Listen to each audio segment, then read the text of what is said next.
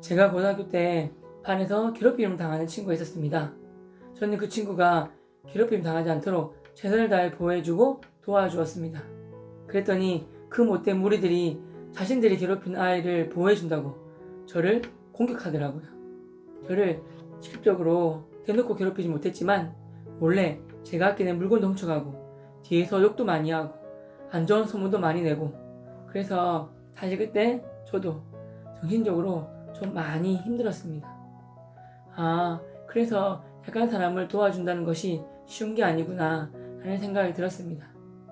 하지만 저는 절대 후회하지 않습니다. 다시 또 그때로 돌아간다고 해도 저는 역시 괴롭힘 당하는 친구를 최선을 다해 보호해주고 도와줄 겁니다. 행복한 전대로 TV.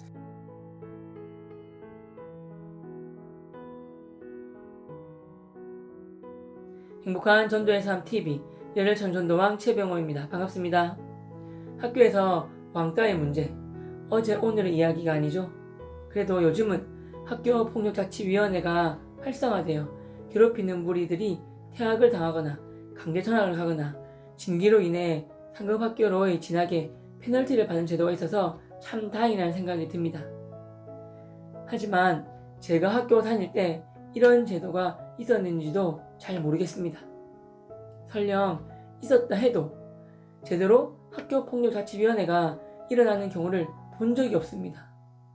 솔직하게 말해서 괴롭힘을 당하는 친구가 담임선생님께 괴롭힘 당한다고 말하면 담임선생님이 네가 문제가 있는 거 아니냐고, 남자들끼리 조금 티격태격했다고 괴롭히면 무슨 하면서 오히려 나무라는 상식 이하의 선생님들도 계셨습니다. 또 보다 못한 친구가 괴롭힘 당하는 친구 부모님한테 친구가 괴롭힘 당하고 있다고 말해줬습니다.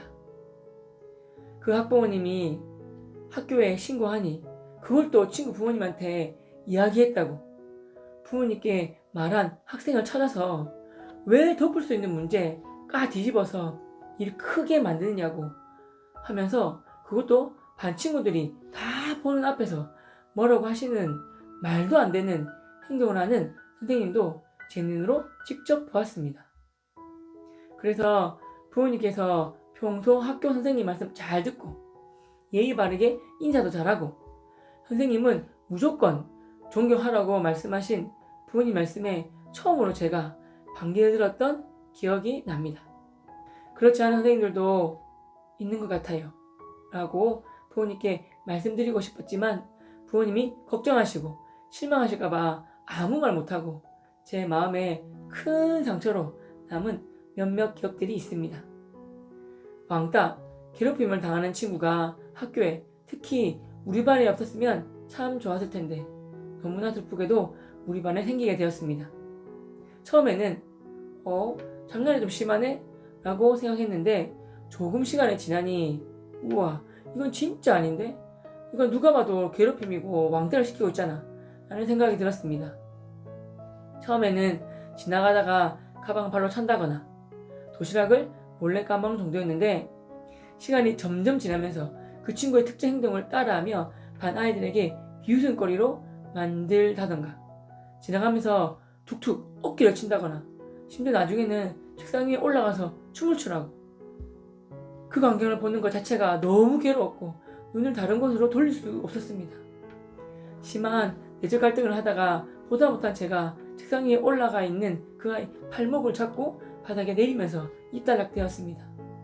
반 아이들은 책상 주변으로 구름대처럼 몰려들고 모처럼 정말 재밌는 구경거리가 생겼는데 하다가 제가 팔목을 잡고 끌어내리자 다들 아쉬움의 탄식을 내뱉으며 자기 자리로 돌아갔습니다. 옆반에서까지 구경 온 아이들이 재밌다며 우리 반 교실 창문으로 쳐다볼 정도였습니다. 특히 제 마음을 슬프고 더 혼란스럽게 했던 것 중 하나가 있었습니다. 그렇게 괴롭히는 무리에 저랑 친하게 지내고 축구도 같이 하고 그런 친구들도 꽤나 있었습니다.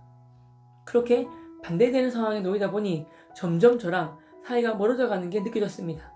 게다가 그 괴롭히는 무리에 교회 다니는 친구들이 있다는 사실이 저를 더 아프게 했습니다. 부끄럽지만 저도 고민 안 한 게 아닙니다. 그런데 그 전 주일 설교가 어떤 행동을 할 때 만약 예수님이라면 어떻게 했을지 생각해 보십시오 였습니다. 아, 주님, 하필이면 저 설교를 기대만 듣게 하셔가지고 저도 대학 진학하려면 공부도 해야 하고 친구들하고 사이좋게 협력하며 잘 지내야 하는데 혹시 도와주다가 나까지 걔네들하고 사이 안 좋아지거나 괴롭힘 당하면 어쩌지? 하는 생각이 솔직하게 들었습니다. 이런 생각도 하면 안 되는데 쫄보가 돼가지고 그런 생각들로 고민하고 있는 제가 부끄러웠습니다. 그 자체가 너무 괴로웠습니다.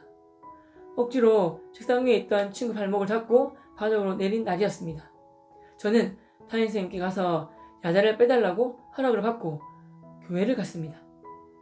평소에 야자 절대 빠지지 않는 제가 심각한 얼굴로 선생님, 저 오늘 야자 한 번 빼주세요 하고 말씀드렸더니 아무것도 묻지 않으시고 허락해 주셨습니다. 교회 가서 예배당에서 하나님께 따지 기도했습니다. 아, 주님, 우리 반에 왕따 친구가 있습니다. 그리고 다음 말을 마음속으로만 하고 기도할 때 소리에서 표현하지는 않았지만 마음속으로 이런 말을 했습니다. 아, 주님, 왕따 당하는 친구가 왜 하필이면 우리 반에 있습니까? 옆 반에 있거나 다른 반에 있으면 적당히 한 번씩 가서 도와주고 그렇게 할 텐데. 이런 생각을 하고 있는 저를 발견했습니다. 그래서 바로 주님께 회개 기도했습니다. 아이고 주님, 죄송합니다. 저희 머리털까지 다 되시는 주님, 방금 제가 마음속으로 한 말 주님 솔직하게 부끄럽습니다. 정말 죄송합니다. 다시 마음 고쳐먹고 주님께 제대로 응해서 기도하겠습니다. 주님, 우리 반에 왕따당하는 친구가 생겼습니다. 너무 안타깝습니다. 주님, 그 친구 정말 도와주세요. 진짜 너무 불쌍합니다.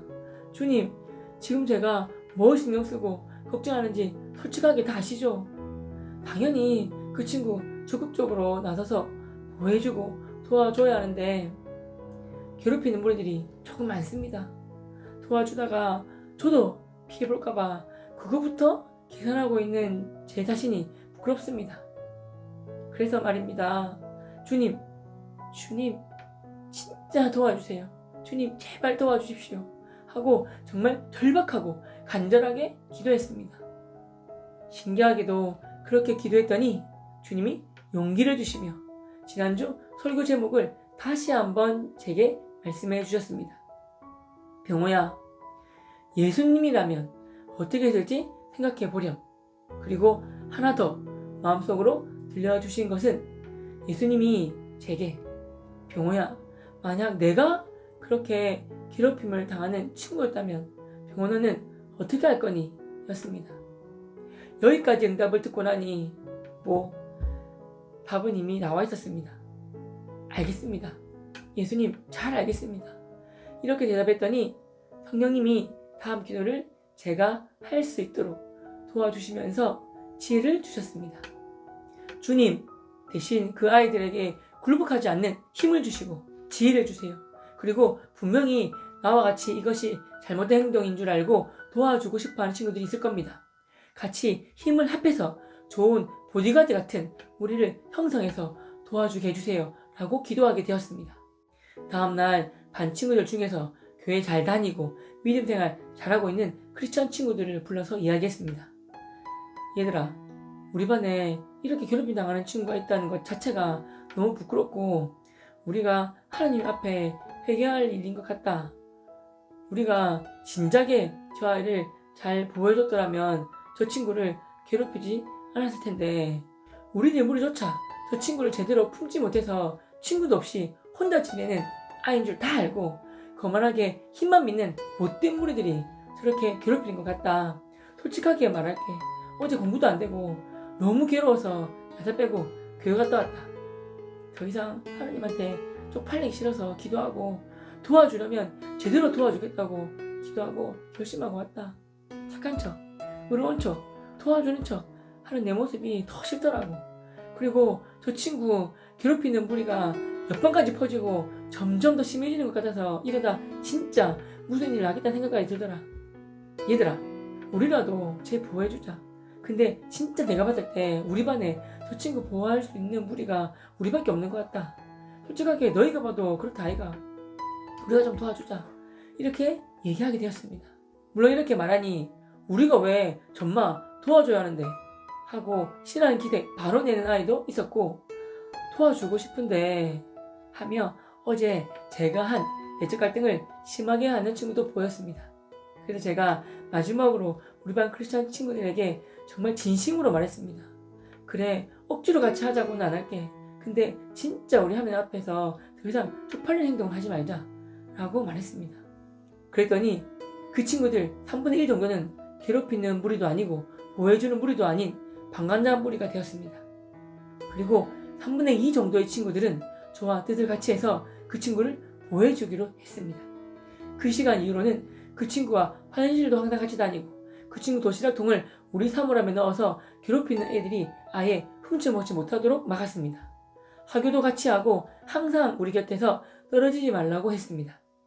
그 친구는 자기를 보호해주는 우리에게 정말 고마워했습니다. 실은 친구로서 우리 무리들이 당연히 해야 할 일인데 진작에 이렇게 해주지 못해서 사실 그 친구에게 미안한 마음이 더 컸습니다. 담임 선생님께도 그간 했던 일들을 자세히 말씀드렸습니다. 선생님, 우리 무리들이 그 친구를 보호해주고 있는데 그 친구를 괴롭히는 무리들하고 큰 싸움으로까지 번질까봐 살짝 걱정이 됩니다. 그렇게 싸우는 일이 없도록 지혜롭게 행동할 건데요. 상황이 영 안 되면 그땐 바로 말씀드리겠습니다. 라고 말씀드렸습니다. 이렇게 본격적으로 보호를 한다고 반 분위기가 한 번에 바로 휙 하고 돌아온 것은 아니었습니다. 하지만 우리들이 기도하고 이렇게 협력해서 보호해주고 지켜준 뒤로는 쉬는 시간을 그 친구 괴롭히면서 보내던 무리들이 서서히 다른 곳에 관심을 가지게 되었고 결국은 괴롭힘도 사라지게 되었습니다. 그때 있었던 이야기를 이렇게 하려고 하니까 아직까지 그때의 몇몇 장면들이 생생히 기억에 남아서 제 미간을 찌푸려지게 합니다. 참 감사하게도 몇 개월 뒤에는 언제 그런 일이 우리 반에 있었냐는 듯이 즐거운 남고생 반이 되었습니다. 물론 그 친구는 저희 다니는 교회에 다니게 되었습니다. 예배도 같이 드리고 말씀을 통해 예수님에 대해 잘 배워나갔습니다.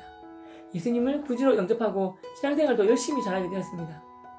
1년을 지났을 땐 해까지 받게 되었습니다. 괴롭힘 당한 친구는 엄청 매력이 넘치는 친구인데 상처가 많은 아이들이 시기하고 질투해서 그런 일이 벌어진 것이었다는 것을 나중에 우연히 알게 되었습니다. 괴롭히는 우리 중에는 집에서 부모님께 동생이랑 늘 비교당하면서 항상 혼나는 아이가 있었습니다. 중학교 시절 왕따를 당했던 아이들도 있다는 것을 알게 되었습니다. 그랬더니 괴롭히는 무리의 아이들도 무척 초라해 보이고 불쌍해 보였습니다. 그러면서 그 괴롭히는 무리 친구들도 회개하고 교회 나오고 예수님 꼭 만나게 해달라고 기도했습니다. 참으로 감사한 것은 정말로 친구를 괴롭히는 무리에 있던 2명의 친구들도 2학기 때 전도하게 되었습니다. 함께 교회를 다니면서 그때 잘못된 행동에 대해 회개기도도 하고 괴롭혔던 친구한테 가서 직접 미안하다고 사과도 하게 되었습니다. 기도할 때마다 하나님께서 정말 이 일에 대해 두고 지혜롭고 용기 있게 친구들과 연합하여 잘했다고 칭찬해 주셔서 부끄럽고 참 감사했습니다. 친구들과 연합하여 선으로 악을 이기게 해주시고 귀한 영혼들까지 주님께로 인도하게 해주신 하나님께 진심으로 감사드렸습니다. 로마서 12장 21절 말씀, 악에게 지지 말고 손으로 악을 이기라. 아멘. 전도서 4장 12절 말씀, 한 사람이면 패하겠거니와 두 사람이면 맞설 수 있나니 세 겹줄은 쉽게 끊어지지 아니하니라.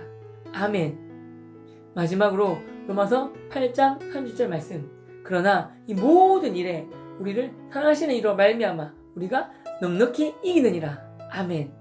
여러분, 이 말씀들 마음판에 새기고 믿음으로 행해서 꼭 승리하는 우리가 됩시다. 사랑하고 축복합니다. 감사합니다.